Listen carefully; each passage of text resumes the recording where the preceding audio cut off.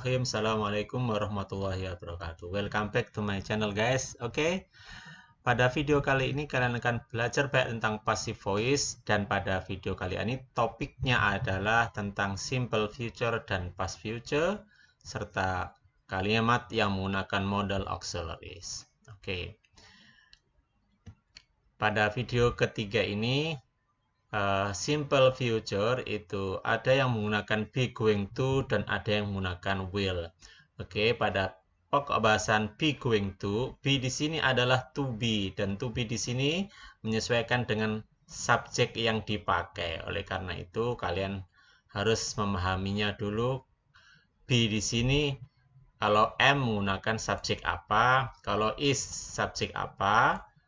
Nah, ini kalau is ini ada subjeknya, ada he, she, orang ketiga tunggal atau benda ketiga tunggal. Seperti di sini dog, benda ketiga tunggal. Kalau are di sini ada you, we, dan they. Nah, ini dia pokok bahasan tentang be going to. Jadi pertama yang harus kalian pahami dulu adalah be itu apa saja. Berikutnya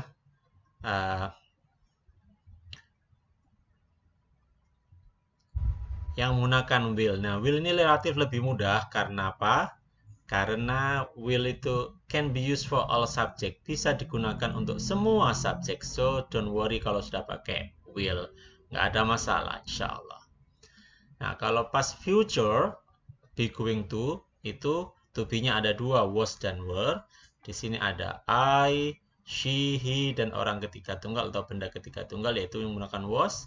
Dan di sini ada were, di mana subjek yang dipakai adalah you, we, dan they. Nah, ini be going to dalam bentuk past future.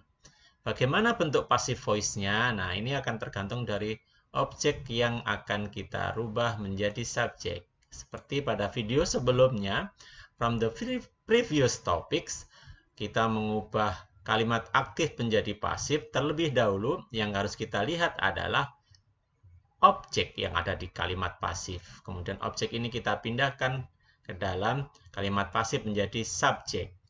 Nah, karena objeknya di sini tunggal atau singular, maka singularnya menggunakan to be is, ya.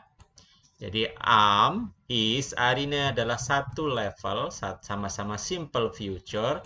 Jadi kalau di sini ada am, pasangannya pasti is. Nah, di sini karena the door ini tunggal, maka kita pakai is. Kemudian going to tetap kita tulis, tidak ada perubahan sama sekali. Kemudian kita tambahkan be saja. Di sini tidak ada perubahan, ini hanya sebagai tanda bahwa ini adalah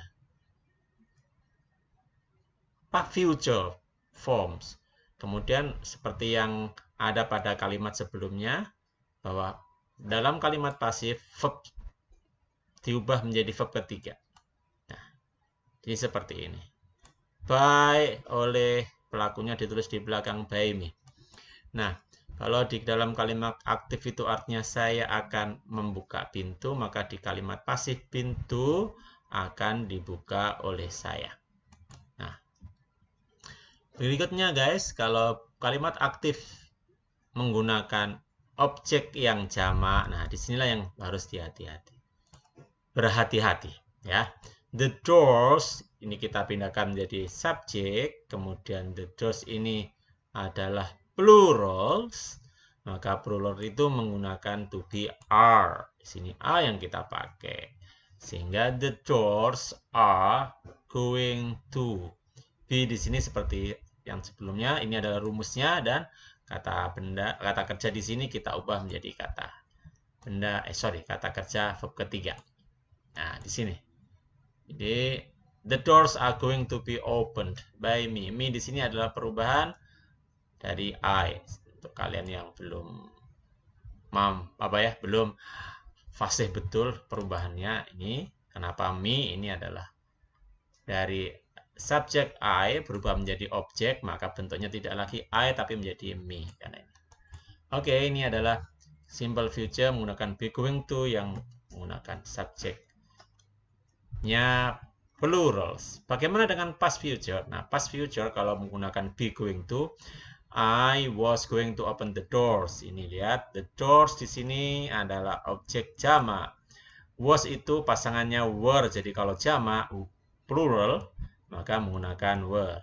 Jadi the doors were going to. Be adalah rumusnya sebagai tambahan kalau menggunakan.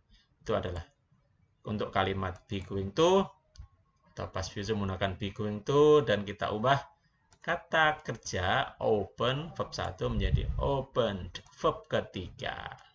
Nah, gini ya. Jadi kalau diartikan saya akan membuka pintu-pintu tersebut menjadi pintu-pintu tersebut akan dibuka olehku. Nah, gampang kan? Oke. Sekarang kalau past future menggunakan tunggal. Seperti contoh di sini, I was going to open the door. Ini the door ini adalah singular, tunggal. Nah, was ini sudah ada kata was, tapi di sini kita bukan itu pasangan. Bukan itu cara mencarinya, tapi di sini cara mencarinya. The doors ini kita ubah posisi dari objek ke subjek, kemudian karena the door tunggal maka was tidak berubah karena I menggunakan was dan orang ketiga tunggal atau subjek tunggal menggunakan was juga. Dan kita tambahkan be karena memang rumusnya menggunakan be jika menggunakan be going to, dan kemudian kita ubah kata kerja yang dari sini verb 1 menjadi verb ketiga. Jadi semua kalimat posif itu menggunakan verb ketiga. I was going to open the door. Saya akan membuka pintu menjadi the door was going to be open. Pintu akan dibuka olehku. Oke, gampang kan? Oke. Berikutnya passive voice. Tadi ini bukan part 4 tapi part 3. Passive voice yang menggunakan modal auxiliaries. Nah, modal auxiliaries itu banyak guys. Ini ada semua subjek bisa menggunakan model auxiliaries tanpa melihat apakah itu jamak atau tunggal. Misalnya di sini ada kata will, ada bentuk past tense-nya would, ada shall, ada can, ada could, ada have to, ada has to, ada must, ada had to, ya. Ada should, ada ought to, might. Nah, ini adalah contoh-contoh model auxiliaries. Setiap model auxiliaries dia tidak akan berubah, hanya perlu ditambah be. Ya, ditambah be di sini, kemudian kata kerjanya berubah menjadi verb ketiga. Ya, ini contohnya, contoh realnya seperti ini. Dari kalimat aktif I can open the door. Nah, the door ini kan objek, kita ubah menjadi subjek, subjeknya the door. Dan ini kita nggak lihat apakah subjeknya itu tunggal atau jamak.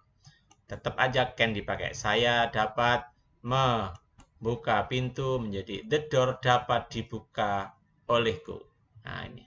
Jadi be ini ada rumus ya. Jadi kalau ada modal auxiliary tambahkan be, kemudian kata kerjanya dirubah dari verb 1 menjadi verb ketiga. By me sudah tahu ya tadi perubahannya.